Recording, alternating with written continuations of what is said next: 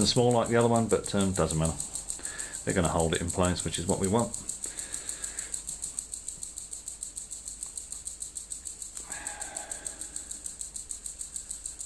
So that will come up there like that.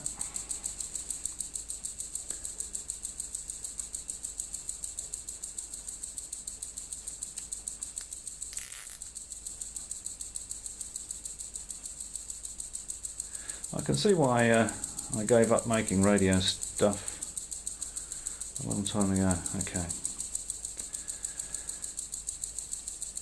I'm about to do it again, I think.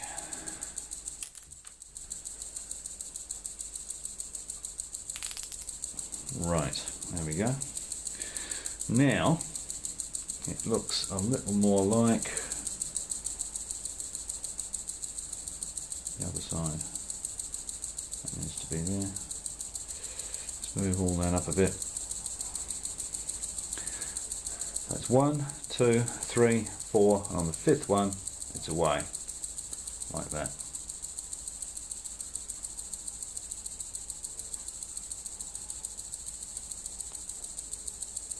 Comes down there like that, and that's that, and that comes out the bottom there like that, and that's away. It doesn't look quite so elegant because that's a bigger tie.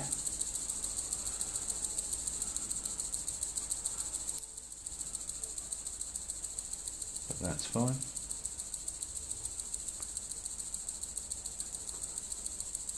That looks very much like the picture.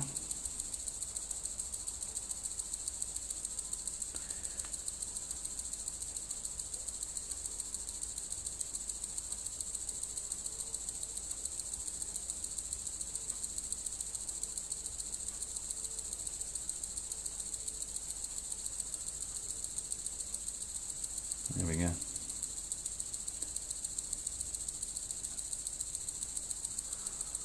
Okay, let's spread that out just a little bit, like that. Okay, so now that looks quite a lot like that, I would say. Yeah,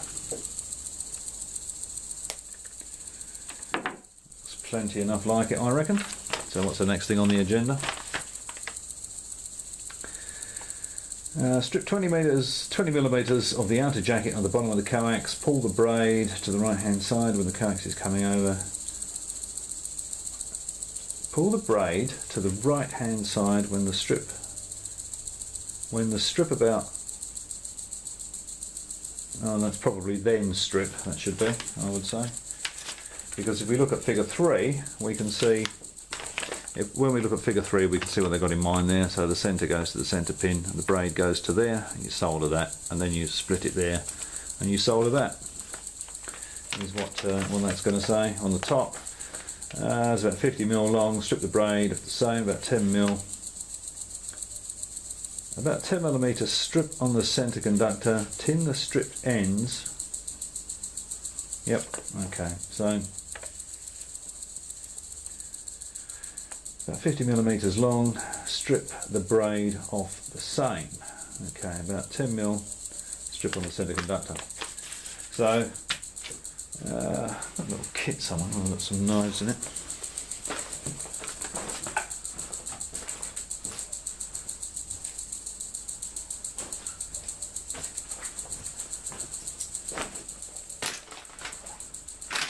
Right, so hear me walking on all that debris, I do apologise, but there we go. Hey, I've got a modelling knife kit here, and I don't know, pick any one of these really. This one looks as good as any.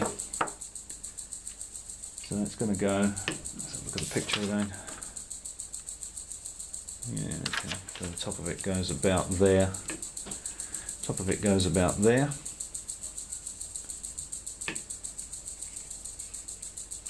So we're going to strip that cable back to about there, then we can part it. Now this is where you're going to see me nick my finger and claret all over the place probably. These modelling knives are very, very sharp. I don't think I've ever used them. Now you know when you're trimming insulation off wires, the cutters are always this way round, not that way round. So you wouldn't be doing that, trying to strip it. You always strip it like that, the back edge, and of course it's this stubborn bloody coaxial stuff. So that's going to be a nightmare to strip. No, okay. I decided that it would cooperate. Now the other thing that's useful if you're going to be doing this sort of thing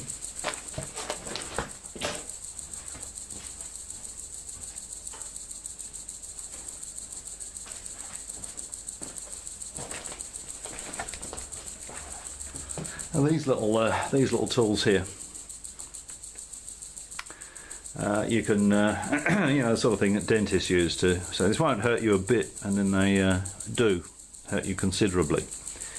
Because these are very good. You can get these from these sort of electronic hobby shops. You can pick your coax apart with it very easily. So you've just got a little spike, and you can just pick that apart, that braid. You can probably see it's coming apart really easily.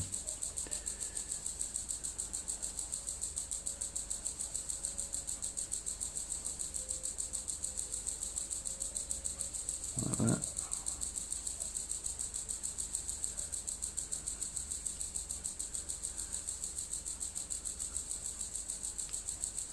See, this is in real time. I could be kind here and just pause it, but I thought, well, I'll do it in real time, so you can see what it actually involves. You know, so there's none of this. This is one I prepared earlier, so you know that when you get your bag with your little TeT-Emtron Balun kit in it, you know how long it's going to take you to put it together and roughly what it involves, or exactly what it involves, in fact. God, those clicking insects. I'm gonna trace. The trouble is, you go out and try and find them, and they see you coming, and they stop clicking. I've never actually seen one. I've got no idea what these things look like. But it's about 9 or 10 o'clock in the morning. They start clicking, and they're clicking and clicking and clicking and clicking.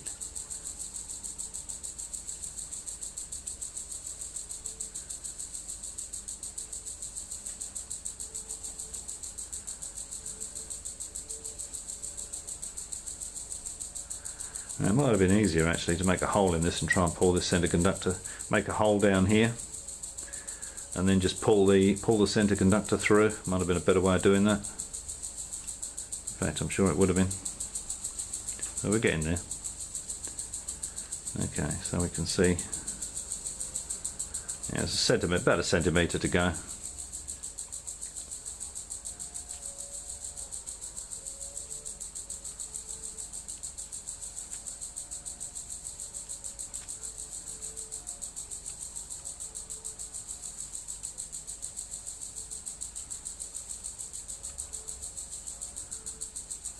Now this is rated at 500 watts, so we don't really want to lose too many of these hairs.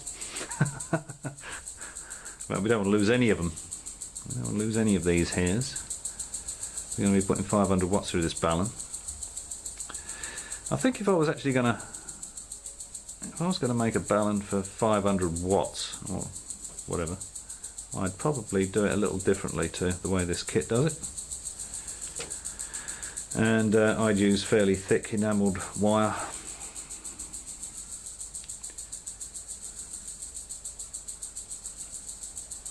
Oh dear. Okay, well.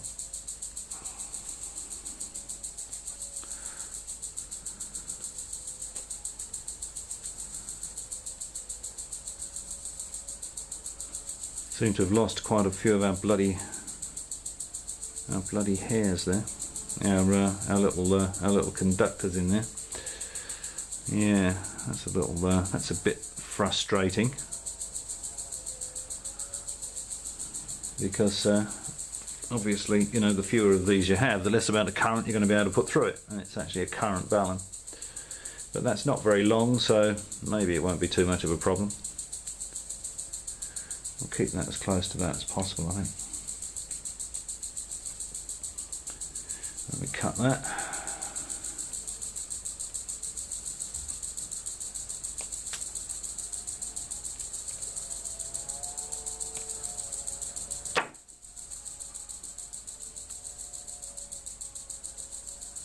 trim that.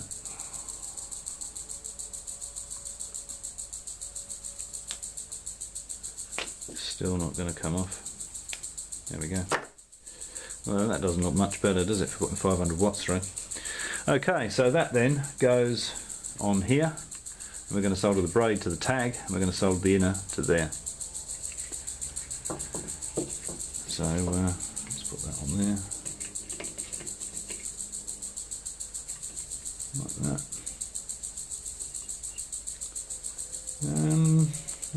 Actually, that could be. We could take that down a bit.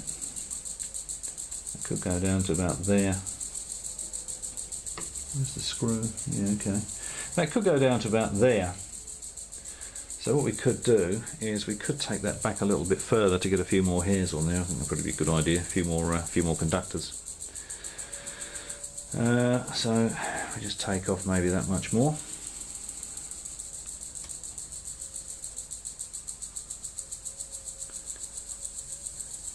Maybe I had to get a few more conductors all the way to our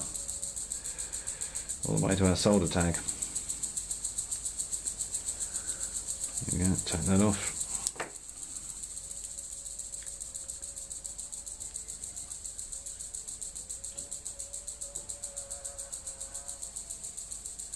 So thinking about that, the way to do that will be to, does it actually say that in the instructions? Make a hole in the braid with one of these, and then pull your centre conductor through, and it'll keep that intact. No, it doesn't. It just says strip off the braid. Strip 20mm of the outer jacket with the bottom coax. Pull the braid to the right hand side when the coax is coming over. Coax is coming over the balun, and twist up. Yeah, okay. So no, so that would have been a useful tip in there. So just using something like this, you know, make a little hole in the braid, you just pull it apart like that, and you can hook the conductor and just pull it out. This is so flexible, you'll be able to do that without any problem. I've made a bit of a cock up with this one, but never mind.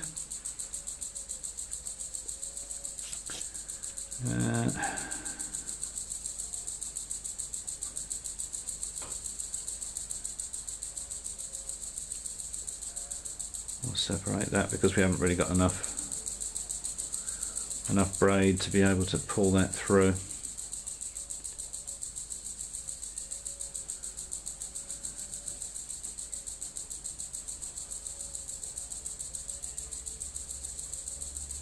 So what we can do now, that's better. See, now we've got a lot more conductors there. So what we'll do is we'll have that point there and that point there. So I'll pull that through the tag.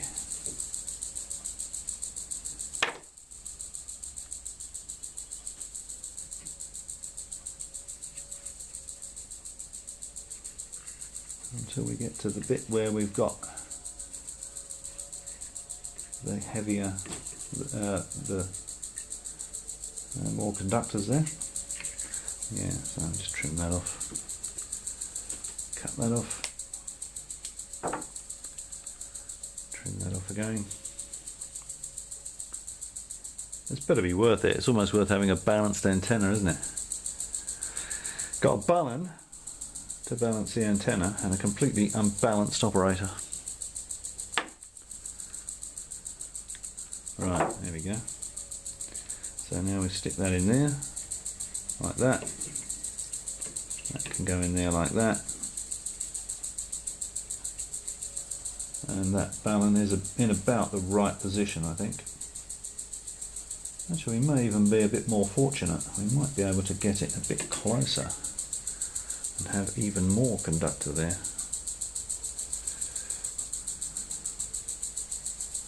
Mind you, can run solder over it anyway. It's HF, it's not going to bother too much. Run through the solder.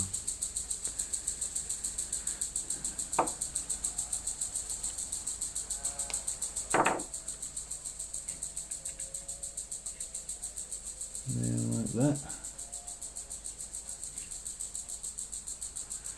Maybe just trim a bit more of that off.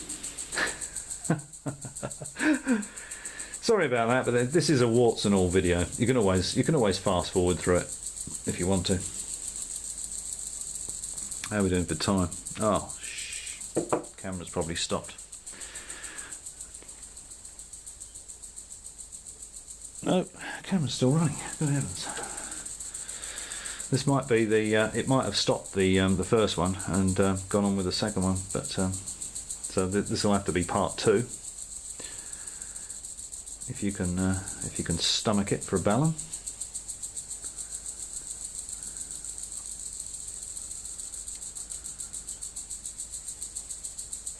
Just cutting that through there.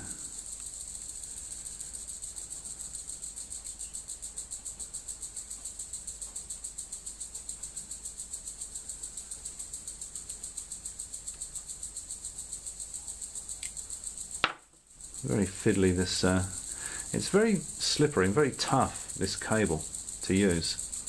This RG313, I think he said it was. RG316, I'll look that up later.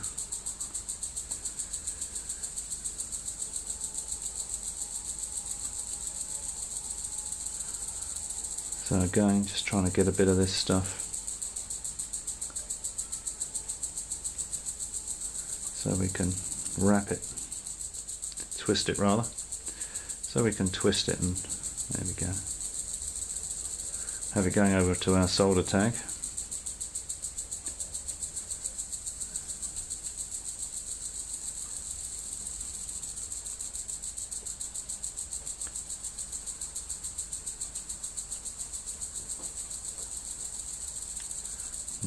Twisted that a bit tight. That's being a bit stubborn. But the devil with these things is always, like anything else, in the detail. You know, it's only when you come to make these things that you find out about it. So what might have been better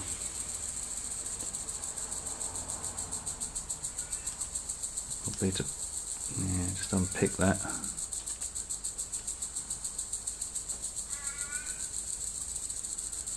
Yeah, because at the moment it's sort of wrapped around and it's not going to allow me to twist that.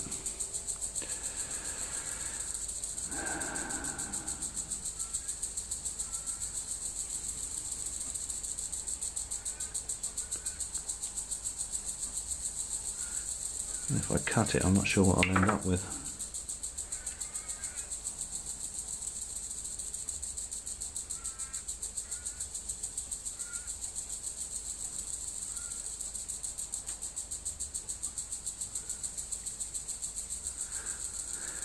Okay, well, at the risk of, I was going to say at the risk of buggering up my bit of RG316, I'll leave that, but I think I will just give that a little nip.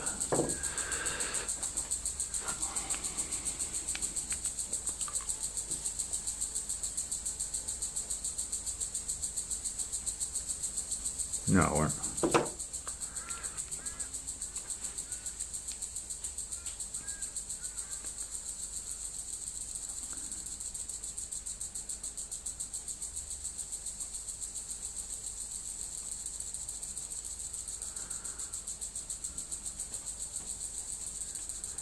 Okay, and just nip that,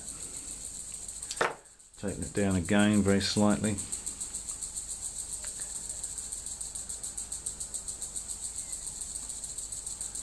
I've got a feeling this video is going to be too long, it's going to be too boring, but I had no idea what this would involve when I started it. But anyway, let's carry on with it and see what it looks like.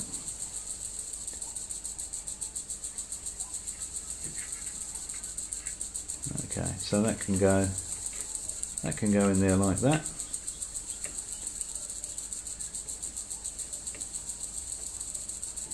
Okay, and I think it says you know, use some sealer or something to stick that down. So I'll put that tag down like that, and then that goes there like that, and then that goes like that. Then we've got our thick. We've got to get our thick conductor. Mind you, I mean, look at the centre conductor, it's hardly worth bothering really, is it?